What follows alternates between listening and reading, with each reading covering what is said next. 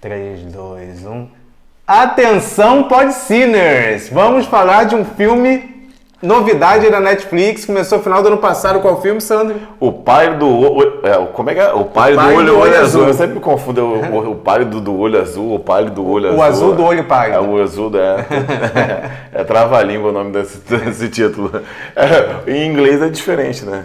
É tão diferente que eu não sei qual é o nome em inglês. Não sei também. Então é diferente porque a língua é outra, não é português. Porque não é português, E então vamos falar do Pálido do olho azul, que é um filme de mistério, de suspense, tem todo um suspense embutido no assassinato. É um filme de investigação na década de...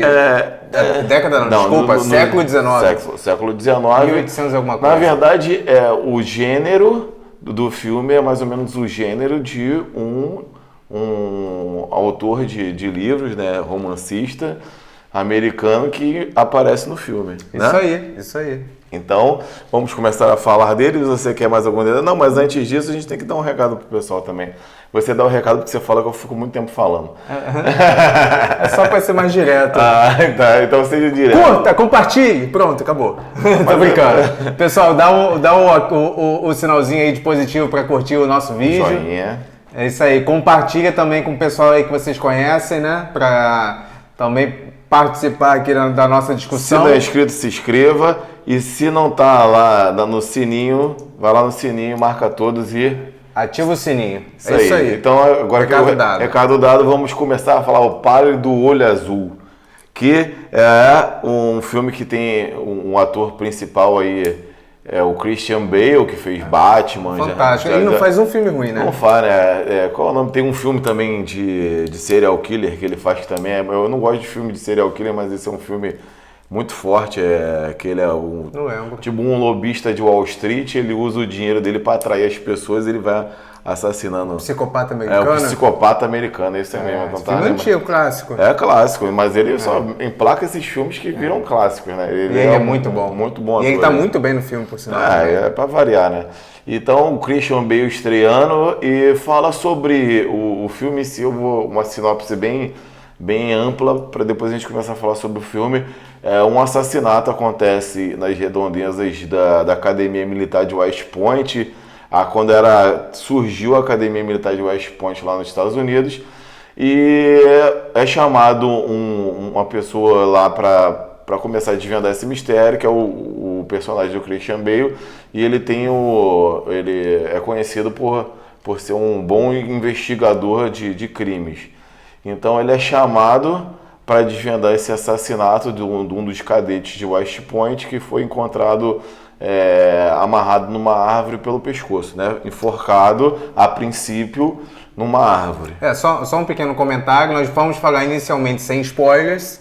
Depois na parte dos spoilers... Eu acho que a gente não precisa nem dividir em spoilers e não, spoilers. Se tiver spoiler, a gente avisa. A gente não vai falar o final, porque no final tem um plot twist muito bom. A gente só vai falar que tem um plot twist muito bom para a gente também não perder a graça, né? Porque se a gente falar isso, acaba o mistério do filme, que vai basicamente por quem assassinou, por que assassinou, por que aconteceu, por que não aconteceu. Então, a forma como os assassinatos ocorriam é importante. Então, isso tudo leva a uma virada no final que é muito interessante. Se a gente contar mais ou menos o que é isso, perde a graça do filme.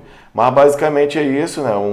Um inspetor que é designado para desvendar esse mistério, e ao decorrer disso acontecendo outros assassinatos, outras coisas meio bizarras, né? E a forma como os assassinatos vão se seguindo um padrão meio macabro, inclusive, que aí a investigação se aprofunda, tem coisa a ver com rituais. O Christian Bale é um filme que tem todo um tom meio sombrio. O filme é um filme meio, como o nome diz, é meio pálido, né? Sim. Porque, aí eu vou desculpa te interromper, porque nessa história, um dos personagens que aparece, inclusive ele começa a ajudar o Christian Bale, esse inspetor que é designado a resolver o caso, é o personagem chamado Edgar Allan Poe, que é um personagem que ele existiu, foi um escritor e poeta que viveu nessa década no século XIX, né? Ele nasceu lá no início do século XIX. Ele frequentou também a academia de West Point. Ele foi, apesar de não ter sido bem sucedido como cadete em West Point, ele frequentou West Point e depois virou um grande escritor desse gênero de livro, de ficção, com investigação, o filme trabalhou, com um romance meio macabro, entendeu? O filme trabalhou um pouco com essa metalinguagem, né? E a realidade se misturando com a fantasia. E você vê o tom do filme todo é voltado para como funcionam os livros de Edgar Allan Poe, o tom meio sombrio, as coisas funcionando meio no escuro, entardecer, anoitecer, é sempre o tempo meio nublado. Caindo neve, sempre esse tom meio sombrio o tempo todo no filme, que dita bem o que acontece nos livros de Edgar Allan Poe. Então eu gostei muito dessa pegada de ter introduzido um personagem existente e que basicamente eles fizeram o mesmo esquema seguindo o livro do Edgar Allan Poe com um personagem que existiu, que frequentou a academia de West Point, né? Eu achei bem interessante. E não foi nada forçado, né? Foi tudo muito bem Eles não jogaram um personagem só para, sei lá, uma homenagem, ou então para basear o filme naquilo, não. Ele encaixou bem dentro dessa... É um dos personagens principais do filme. Sim, porque ele e o Christian Bale, na verdade, eles acabam sendo os dois lados da moeda, e o outro se contrapondo, né? Inclusive, um vai procurar o outro, né? No início do filme, não há spoiler, porque está bem no início do filme, quando o Christian Bale é designado para a investigação, o próprio Edgar Allan Poe vai até ele oferecendo esses serviços, fazendo as conjecturas dele de quem seria o assassino, de por que seria e tudo mais. Não se deu forte esse indício, mas já deu meio que um caminho para o filme, para as investigações. E eu achei interessante que foi isso, foi ele procurando o investigador, foi uma coisa bem natural e aí vai se desenrolando. Eu achei o filme, ele não se atropela, ele vai contando a história com calma, sem querer correr muito com a história. Uma coisa que eu não reparei foi o tempo. Você lembra quanto tempo de filme? 2 horas e pouquinho, se eu não me engano. 2 horas, em média de 2 horas. Não foi um filme longo, mas se você... É um filme mais lento, né? É um filme mais lento, mas dá a impressão que é mais tempo o filme. Mas mesmo sendo lento, não é um filme chato, porque vai sempre pintando elementos novos para investigação e você tem que ficar atento porque vai aparecendo coisas sempre novas a cada cena ou cada evento do filme. Então, é um filme de velocidade um pouco mais lenta, mas que sempre está propondo coisas interessantes para você não perder interesse. As pistas aparecem e tudo é desenvolvido, não é uma pista de um filme rápido assim de investigação que aparece, então foi fulano que fez isso por conta disso. Não, a pista apareceu, há todo um processamento das ideias ali, né? É visto o porquê que apareceu, como apareceu, mostra o processo, como eles estão investigando aquilo. Então é tudo muito feito com calma, sem pressa. E essa calma de expor os acontecimentos do filme é muito importante para essa reviravolta que eu falei no final, porque se você prestar atenção, cada coisa no final é explicada nessas nuances, nessas coisas que são bem apontadas, discriminadas bem especificamente no filme. Não fica ponta solta e o final faz sentido com tudo que foi feito no filme antes, sem que o filme tenha dado indicação que seria aquele o final. Sim, é um filme que é bem inteligente, porque não é daqueles filmes que você, nos primeiros 20 minutos, você já mata o que aconteceu. Eu não matei. Você tem que prestar bem atenção, você tem que estar bem atento do que vai... Eu até prestei atenção assim e vi mais ou menos para onde o filme queria levar. Mas a reviravolta do final nunca ia prever. Aconteceu até um dado interessante. Porque eles confundem também. No meio do filme, se você já está meia hora de filme, você já acha que tu já sabe o que está acontecendo, eles meio que dão uma embolada de informações no meio do filme para tu ficar perdido. É tipo, você tá quase na saída do labirinto. Quando tá quase na saída do labirinto, passa alguém com um saco de ouro correndo, te levando para outro lugar, e aí você fica perdido, entendeu? Tem uma cena que é um clímax que parece que o filme vai terminar ali. Sim. Parece, toda a cara de final de filme aquilo, ter toda a explicação, pronto, acabou ali o filme. Aí eu fui ver, só por curiosidade, quanto tempo faltava meia hora de filme ainda. Sim. Vai acontecer mais alguma coisa. É bem interessante, que quando você acha que você está chegando perto da fumaça, aparece outra fumaça do outro canto e você fica meio perdido. Agora, eu queria destacar um roteiro muito bem construído, os diálogos são muito legais, as ações do roteiro são todas convincentes. Queria destacar uma fotografia impecável. E as cenas noturnas? Isso que eu ia falar agora. Bambam com as cenas noturnas dele. O Sano fala que eu não gosto de cena escura. Não, você tem problemas com cenas noturnas, é diferente. Noturna barra escura, né?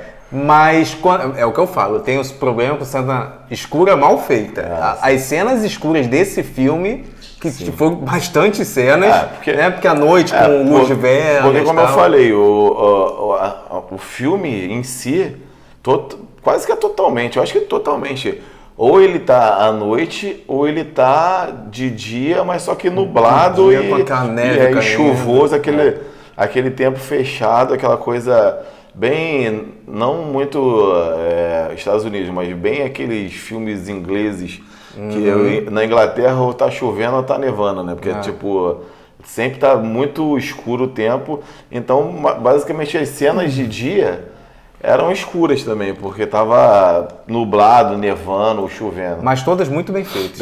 Muito bem feitas. Porque você combinou, porque combinou muito com o roteiro. Você consegue ver as cenas nítidas. Não fica aquela coisa muito escura que você não consegue ficar o que está acontecendo? Distinguir o que está acontecendo na cena. E encaixa com o roteiro sombrio do filme, que acompanha bem. Até a gente não está fazendo carnaval de séries, mas a gente pode citar os quesitos. Figurino, muito bom. A montagem da cena, aquelas coisas bem sombrias, bem escuras.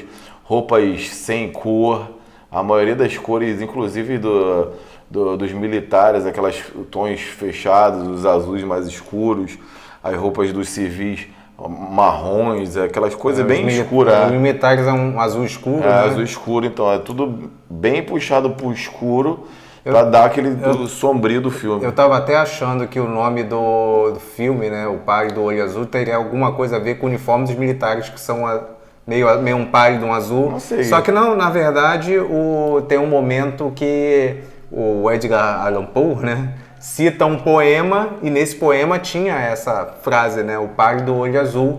Talvez seja o nome do poema, não sei, aí já tô chutando, que talvez aí virou o nome do filme. Ou então a gente pode associar com a morte, né?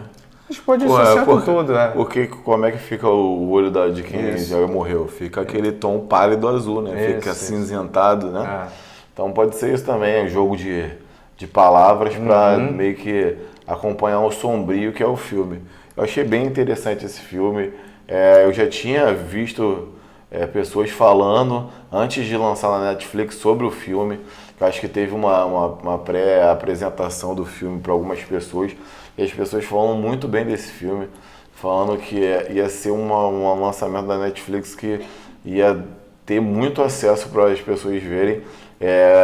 Pelo elenco, pelo o filme em si, o que é. Então eu já fiquei meio que, não hype, né, mas eu fiquei naquela expectativa de como seria esse filme. E assim que lançou, eu procurei dar uma olhada e,